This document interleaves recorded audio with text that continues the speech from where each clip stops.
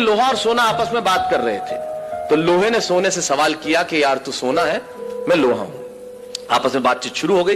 तो सोना लोहे को कहने लगा कि यार लोहार तुझे बनाने के पहले ठोकता पीटता है, सोनार मुझे बनाने के पहले ठोकता। आप पढ़े लिखे लोग हैं, आग में तपा के ठोका जाता है, लेकिन जब तुझे लोहार ठोकता पीटता है तो तू बहुत आवाज करता है, मैं तो चुप रहता हूं, ऐसा क्यों?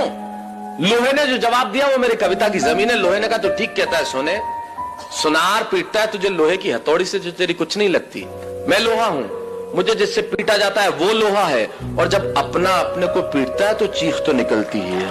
वाह वाह वाह।